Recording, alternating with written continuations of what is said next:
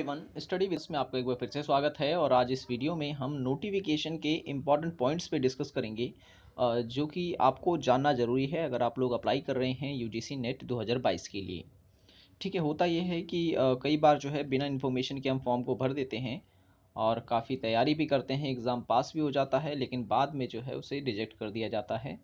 ठीक है, तो ऐसी गलतियाँ आप ना करें, तो उसके लिए जो है आपको ये सारी की सारी जानकारी पता होनी चाहिए, जो आज इस वीडियो में हम डिस्कस करेंगे। और रही क्लास की बात, तो यूजीसी नेट की क्लास जो है वो आपकी शुरू कर दी जाएगी। आज से या कल से जो है आपको वीडियोस मिलना शुरू हो जाएंगी, बाकायदा नोट्स करवाएंगे हम। ठीक है, और उस नोट्स को जो है कोशिश ये करेंगे कि टेलीग्राम ग्रुप पे भी अपलोड किया जाए। ठीक है, तो अगर आपने हमारे चैनल को सब्सक्राइब नहीं किया है तो ज़रूर कर लें और बेल आइकन ज़रूर प्रेस कर दें, ताकि जब हम वीडियो डालें तो आपको नोटिफिकेशन मिल जाए। तो चलिए डिस्कस कर लेते हैं क्या क्या इंपॉर्टेंट पॉइंट्स हैं यहाँ पर। अच्छा, फ़ीस के बारे में पहले मैं बता दूँ। जनरल कैंडिडेट की इस बार की फ़ीस रखी गई है 1100 रुपये। ठीक है, ओबीसी के लिए रखी गई है 550 रुपये, जबकि एससी एसटी और ट्रांसजेंडर्स के लिए रखी गई है 275 रुपये। और एक चीज़ और मैं आपको बता दूं, जीएसटी इसमें और इंक्लूड किया जाएगा, तो इससे जो है आपकी फ़ीस और बढ़ जाएगी। ठीक है, लगभग 18% जो है जीएसटी मेरे ख्याल से रखा गया है इसमें। तो इससे आपकी फ़ीस 1100 से कुछ और बढ़ जाएगी, 1150 हो जाएगी। और ओबीसी जो 550 है, ये लगभग 600 तक चली जाएगी। ठीक है, तो ये चीज़ आपको याद रखनी है इसमें। और उसके बाद और सारी इन्फॉर्मेशन तो मैंने हालांकि शॉर्ट नोटिफिकेशन में बता दी थी। मेन मैं आपको बता देता हूँ। ओके, अब यहाँ पर एक चीज़ और याद रखें कि इस बार जो है एक नया सब्जेक्ट ऐड किया गया है, वो है हिंदू स्टडीज़। ठीक है, हिंदू स्टडीज़ को भी जो है इसमें इंक्लूड किया गया है। तो इस तरीके से ये भी आपको याद रखना है। तो 102 कोड है इसका। ठीक है, 102 सब्जेक्ट कोड रखा गया है इसका। एग्ज़ाम पैटर्न बिल्कुल वैसा ही है जैसे पहले था। 100 मार्क्स का पेपर 1 होता है और पेपर 2 जो होता है वो 200 नंबर का होता है। और हर एक क्वेश्चन जो होते हैं इसमें 2-2 नंबर के होते हैं। और उसके बाद 3 घंटे आपको दिए जाते हैं इस पेपर को करने के लिए। इसमें ब्रेक नहीं होता किसी प्रकार का। ठीक है, 2 नंबर पर क्वेश्चन रहेगा। और उसके बाद नेगेटिव मार्किंग इस बार भी नहीं दी है। ठीक है, कई लोग अफवाह उड़ा रहे थे कि इस बार नेगेटिव मार्किंग आएगी, लेकिन ऐसा कुछ नहीं है। आप देख सकते हैं, no negative marking for incorrect response. ठीक है, और एलिजिबिलिटी क्राइटेरिया जो कि काफ़ी इंपॉर्टेंट है। अधिकतर लोग इसमें गलती कर देते हैं, फिर बाद में जो है उनको प्रॉब्लम होती है। तो मैं बता दूं, अगर आपके मास्टर डिग्री में, ठीक है, मास्टर्स की जो आपकी डिग्री है उसमें एट लीस्ट 55% नहीं है, तो आप जो है यूजीसी नेट का फॉर्म नहीं भर सकते हैं। आपका अगर पॉइंट में भी कम है, क्योंकि कई लोग ऐसा होता है 54.9% बनता है, वो भी जो है नेट का एग्ज़ाम नहीं दे सकते हैं, क्योंकि यहाँ साफ साफ लिखा गया है कि एट लीस्ट 55% मार्क्स जो है होने चाहिए। ठीक है, और उसके बाद अगर आप जो हैं एससी एसटी या ओबीसी कैंडिडेट हैं, तो आपको 50% मार्क्स जो हैं होने चाहिए आपके मास्टर डिग्री में।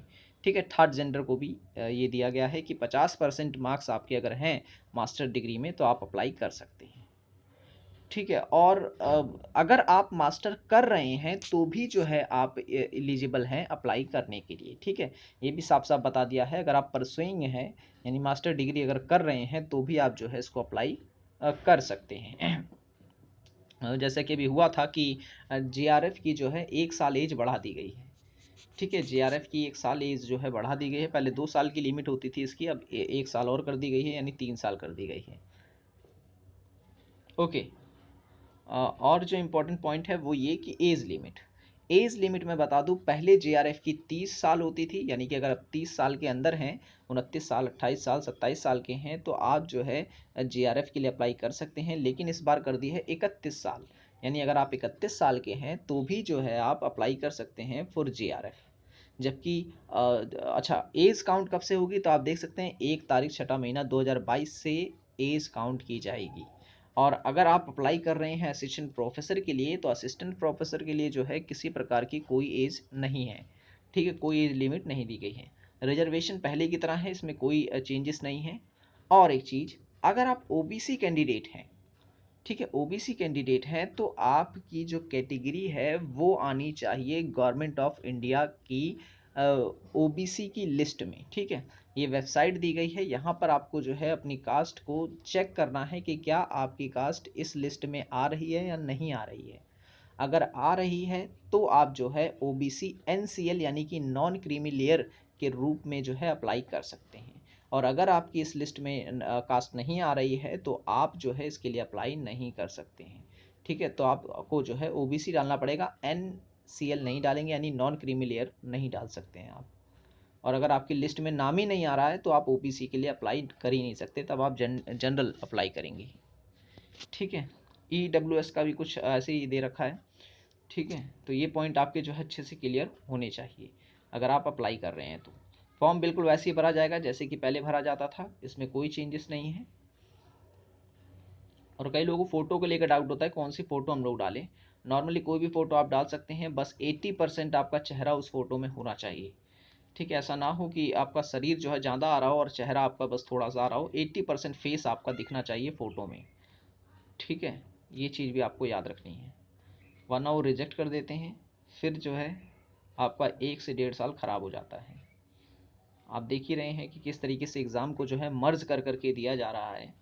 2-2 बार होने वाला एग्ज़ाम एक ही बार में ले लिया जा रहा है, तो इससे काफ़ी प्रॉब्लम आ रही है और उसके बाद इसमें कोई प्रॉफिट भी नहीं हो रहा है स्टूडेंट्स का। ठीक है, और जो इम्पोर्टेंट पॉइंट्स है वो आपको क्या जानना चाहिए। ओके, ये हेल्पलाइन के बारे में भी आपको पता होना चाहिए। ठीक है, ये प्रोस्पेक्टस में दिया गया है कि अगर आप फीस वगैरह भर रहे हैं एसबीआई से, अगर आपको कोई प्रॉब्लम होती है तो आप इस ईमेल आईडी पे कांटेक्ट कर सकते हैं।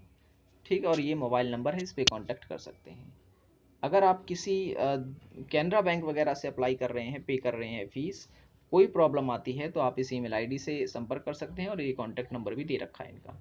एचडीएफसी बैंक, आईसीआई बैंक, इन सब के लिए जो है अलग अलग लोग जो हैं अपॉइंट किए गए हैं।